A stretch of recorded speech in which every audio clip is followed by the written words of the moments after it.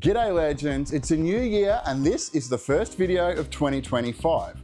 And that's got me thinking how far I've come as a maker and how much my workshop has changed. And you know what? I think today's the perfect time to share a bunch of tools, tips and tricks to help you in your workshop. Let's get stuck into it. One of the most overwhelming things when it comes to a workshop is drill bits. Which one to choose for which application? There are literally hundreds of different styles, so let's have a look at some and work out what is what. One of the most annoying things when drilling a hole are these hinges and getting the holes lined up perfectly.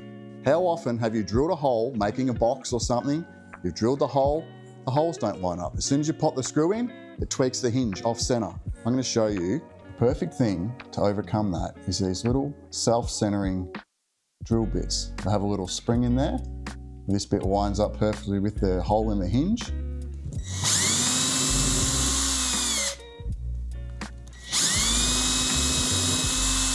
And you'll get a perfect hole every time. Next on the list, Forstner bits. These are probably some of my favorite drill bits. These guys are so awesome in the workshop. They'll create the most precise holes you can imagine. They've got a little point to help you line up your hole location, and they'll breeze through just about any type of timber. Let's chuck one in the drill press and see what they do.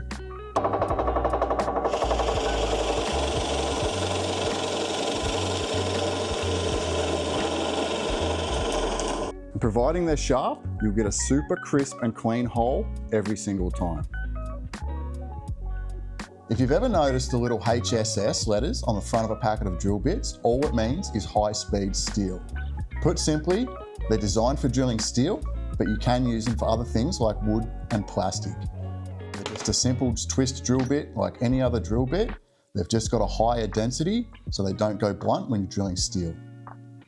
Next up, masonry bits. These are designed to be used for things like drilling holes in bricks and concrete. They're still a twist drill. They don't have this deep fluting, and they've got this little chisel on the end that's designed to use in a hammer drill. Another way of drilling really precise holes in wood is Bradpoint drill bits. If you're a woodworker and you haven't got a set of these, you should go out and get yourself some.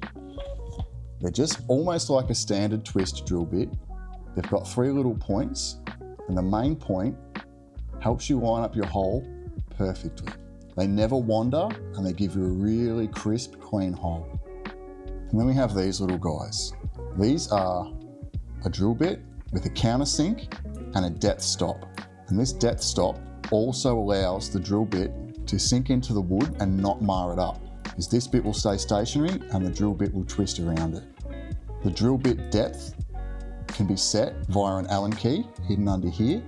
And also, by winding this nut out and screwing this spacer back, you can change the depth of the countersink as well. Perfect for any time you need to hide a screw head in something. And you may or may not have seen these guys. These little dudes are pretty cool. These are plug cutters. Anytime you're doing dowel work and you need to make dowels, you can use one of these. Or if you are countersinking screws and you need to cover the head, you can create a little plug with one of these and pop that in the hole.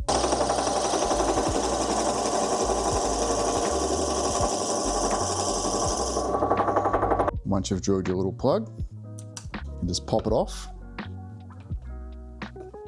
And then you've got a perfect little plug to hide your screw heads. Another little handy tip, if you're doing dowels, you've got a bit sticking out. When you cut the end off, you can keep that bit. Instead of making dowel plugs, you can use that to hide the end of your screw heads. Just like these. If you haven't got a drill press, that's okay. If you can't afford a drill press, that's okay too. These make a really good substitute for them. You just hook it up to a normal drill, chuck your drill bit in, and you'll get really precise holes.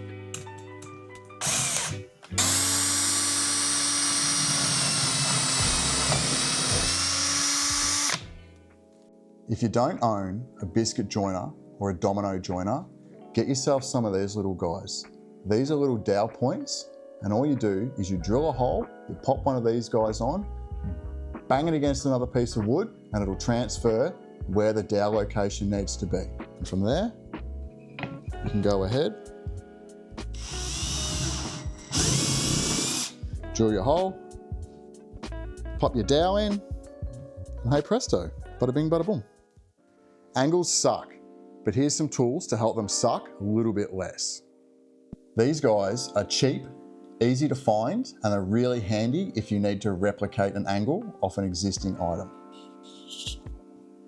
You can line up your whatever you need, lock it in place with the wing nut, and then you can transfer that onto your workpiece. This next little guy is an analog angle finder. It's generally used for welders and steel fabricators. It's got a little magnetic base that you can stick on any metal surface, and the little needle will help you find any angle. If you're not a welder, that's okay. If you're a woodworker, you can still use one of these. I still use mine from time to time, and it's super handy. These next two are digital angle finder. These are both really handy for finding things like square on your table saw or your miter saw.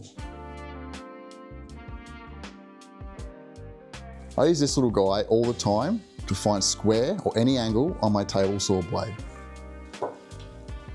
All we do is wind our blade up, set it on our deck, turn it on, zero it, attach it to our saw blade, and then it'll give us the reading.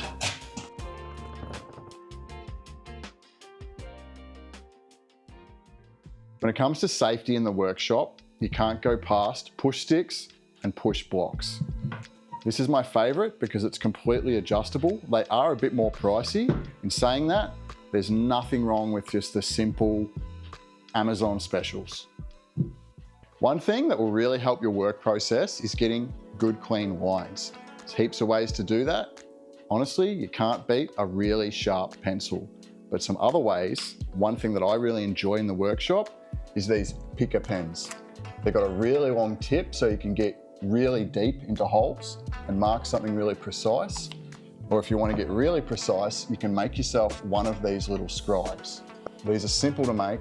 It's just a block of wood with a hole drilled in it and a notch cut, a bolt running through with an Allen key, and a really sharp nail driven through it. Really handy if you ever do anything with acrylic.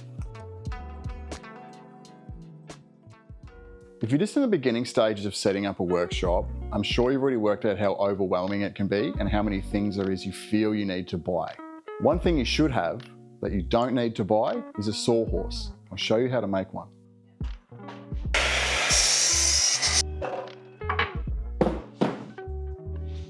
To make these, all you need to do is cut 7 pieces, all to the same length.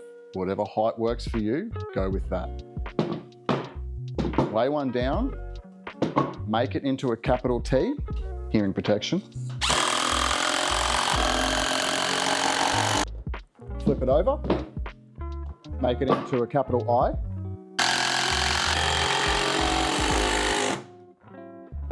Flip it on its side.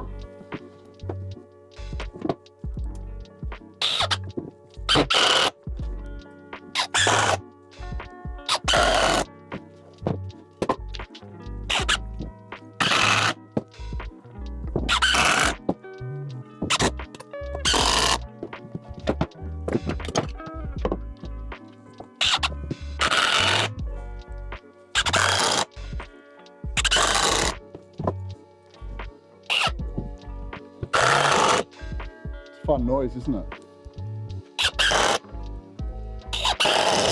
Then you have a simple sawhorse.